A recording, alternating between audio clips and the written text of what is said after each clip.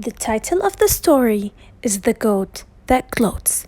It's written by Leyland Perret and illustrated by Joelle Dreedemy. On a throne made of stone at the top of a tower, counting the minutes of each passing hour, feeling bored and ignored for days without end, lived a goat who was lonely. He wanted a friend. This goat was unhappy with sitting alone, way up in his tower on his cold, hard throne. So out of his window he started to bleat to the people who bustled down below the street. "What a wonderful friend I would make," bragged the goat. "I have a throne in a tower with a bubble bath moat." But the people below called back over the moat, "Who'd want to be friends with a gloating goat?" The goat scratched his head with his hoof, and he frowned. What must he do to make friends in this town? So he shouted again to the people below without even so much as a smile or hello. "What a wonderful friend I would make," bragged the goat, "for I own a fast car and a fabulous boat." But the people below called back over the moat, "Who'd want to be friends with a gloating goat?"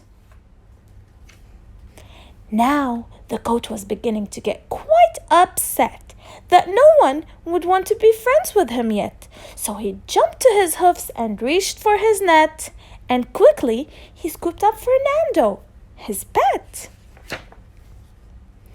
"What a wonderful friend I would make," bragged the goat, "for Fernando, my pet, is the world's smartest stoat."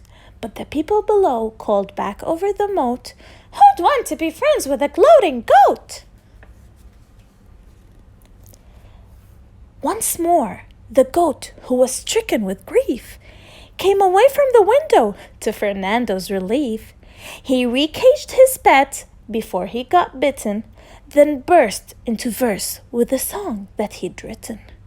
"What a wonderful friend I would make," bragged the goat, "for that little ditty was one they wrote."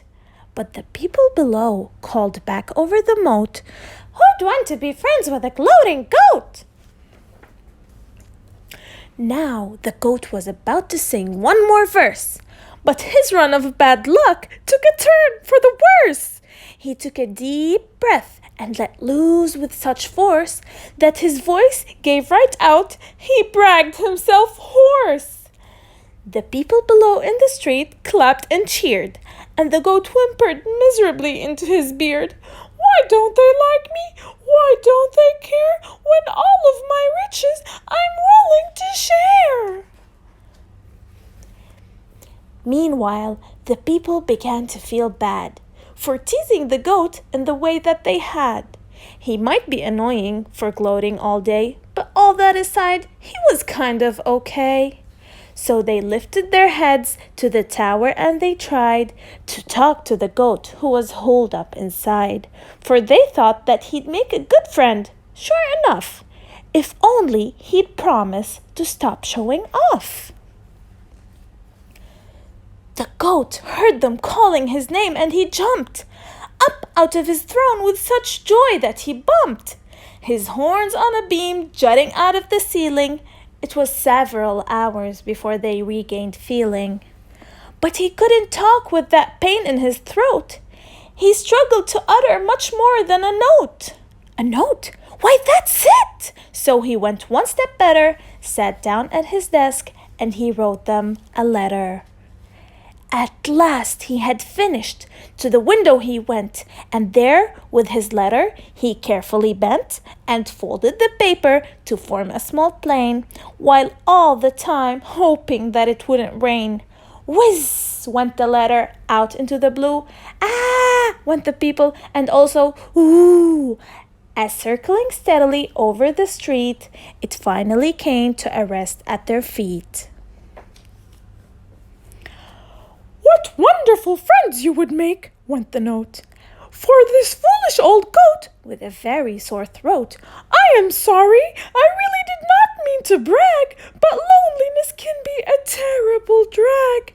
Now I got to thinking, sat here on my chair, what use are nice things if they cannot be shared? I would take great delight in knowing you better, and that is the reason I'm sending this letter. And the people below called back over the moat, Of course we'll be friends with you, silly old goat. The end.